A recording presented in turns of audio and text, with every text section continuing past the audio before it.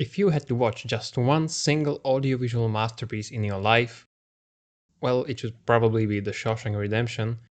But if you had to pick two, then it should be Shawshank and The Studio. I don't know, maybe not, but I could not come up with a better intro.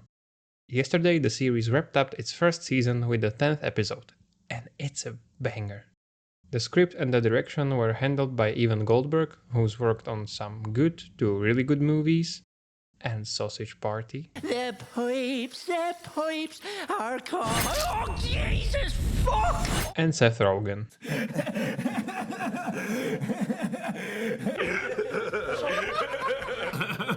There's no question. Now, this might not sound like the recipe for genius, but somehow these two managed to turn graphite into a diamond.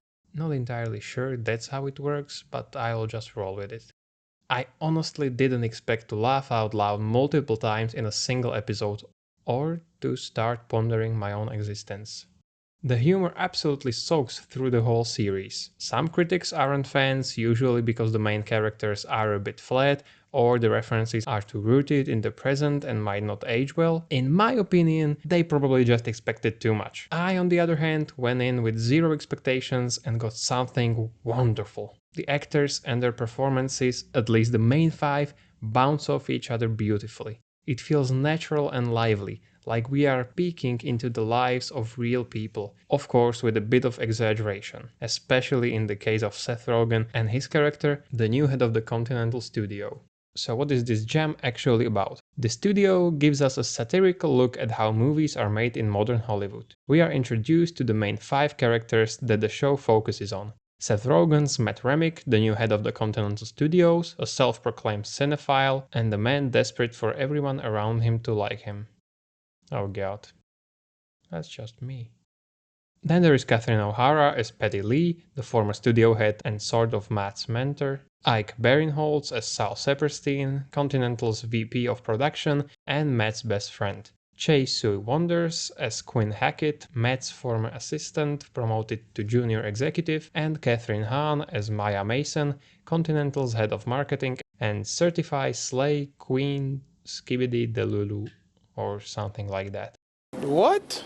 The chemistry in this group is fantastic. As a main cast, they are absolutely perfect and you definitely won't be bored watching them. This show is also absolutely packed with cameos, actors and directors playing themselves.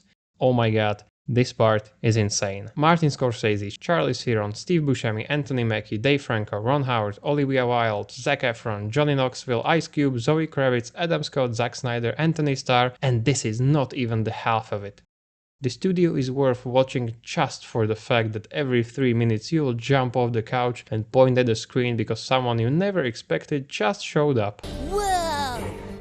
Each episode is tonally different. Sure, comedy and over-the-top satire are always at the core, but the show is for the most part episodic. Almost every episode feels tonally different from the last. The ones that come to mind are, for example, The Oner, which is also the highest rated episode of the season. The whole episode is shot in a single take, or at least with invisible cuts, and is about filming the ending of a movie which is itself being shot in one take. The Oner shows and exaggerates just how stressful shooting a Oner can be, especially when the head of the studio shows up on set and makes everyone even more nervous. What's more, the creators decided to shoot this episode only during the magic hour. That's about 90 minutes at the end of the day. I recommend checking out the interview with Seth Rogen and the cast where they talk more about this episode. Or there is the episode The Missing Reel, which is wrapped in a noir detective vibe, which is itself wrapped in satire.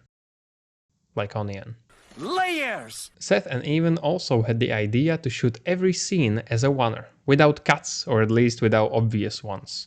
The camera always moves with the actors, running, gliding and sometimes flying. This decision gives the series a unique visual style. Every scene is full of life, shaking, tension and movement. Again, you will sometimes jump out of your seat and ask yourself, wait, when was the last time I saw a cut? The studio is an absolute visual blast as well.